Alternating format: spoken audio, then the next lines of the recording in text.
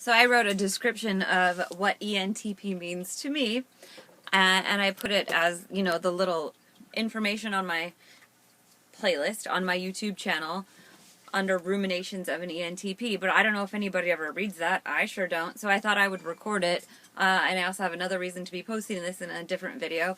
So I am going to talk about what ENTP means to me in 5 minutes or less. Let's see how I do. I'm not even going to edit it like I usually do and try to take out my crazy ramblings. So,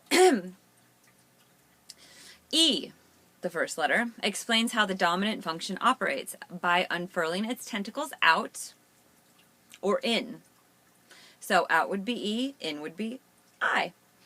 N, intuition, is ENTP's dominant function, a perceiving function, aka how information is absorbed. I'm going to try to read this word for word here so that we stay on track. Example number 1, I do love to give examples. Extroverted intuition observes the world with spider eyeballs peering through a kaleidoscope. Blink, blink, blink. Example number 2, imagine a match being dropped onto a trail of TNT that branches off, well, everywhere. T, although third in the letter lineup, thinking is intuition's co-pilot. The goose to intuition's maverick. Because intuition faces out, thinking, ENTP's judging function, turns in. Example, imagine a spasmodic hamster in a ball that someone spray painted black. You probably ain't ever going to clearly see what's going on in there, but rest assured something is always going on. P, most often dubbed perceiving, but might as well stand for possibilities, because we know it don't stand for prompt or planning or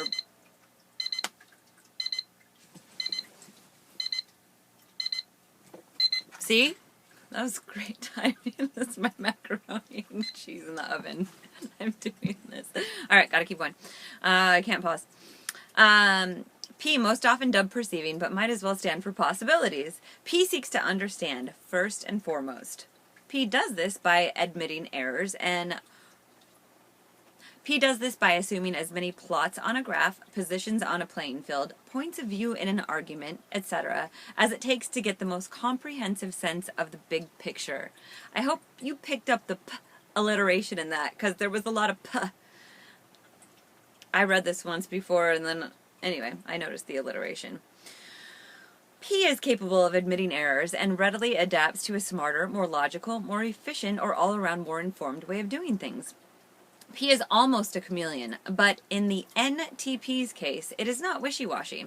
It morphs only to gain clarity and deeper insight.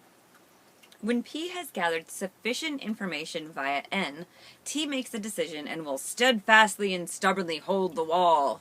Winter is coming! NTP can always be won over, however, but not by romancing. The stakes are high, and a challenging point of view will only be adopted if it is deemed smarter, more logical, more efficient, or more informed than the currently held belief, methodology, solution, course of action. It is notable that an ENTP's stances, beliefs, principles, etc. can be derived from a very broad range of actual knowledge.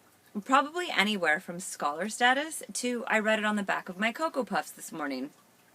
ENTP's tendency to take huge leaps of logic is almost as natural to us as breathing.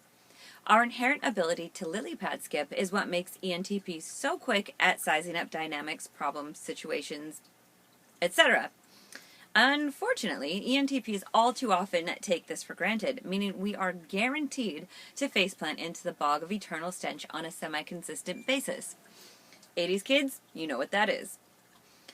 ENTPs are usually aware that such an undesirable outcome exists, but since we wholeheartedly ascribe to the best-case scenario every time philosophy of life, we swiftly wave away those pesky doubts and bulldoze onward with our stunner shades on. To ENTP's credit, and to hopefully make us sound a little less asshole-ish, we generally can admit to being wrong, arrogant, pig-headed, tunnel-visioned, selfish, know-it-alls, etc. As we mature, we begin to not just appreciate the humility those nosedives have embued in us, but also deeply value them. Our past grandiose missteps help us learn to scale back just a bit even when we are 110% sure of ourselves, and possibly even pause to think, but who will get our cat, before we commence to jump off the cliff anyway. P.S. This was only supposed to be about 8 lines long. Shit. I'll come back to reattempt a shorter summary in the near future. Which could mean never, let's be honest. On the other hand, I could be drowning in the bog. Right, meow. It's a little bit longer than 5 minutes. God, I'm going to have to put less than 6 minutes in the thing. Alright, gotta go get the macaroni before it burns. Imbued. I know, it's imbued. It's one of those words. You know, you have those words and you just always, it's always wrong. Imbued. And I know I didn't go through the functional stack. I was just talking about what the letters ENTP mean in hopefully the most succinct fashion. I didn't even want to get into FE and all that shit, you know. I can talk about the functional stack. I can even talk about the shadow functions. I can talk about them for any type if you want me to. That doesn't mean I'll be right, but I can talk about them. Next time!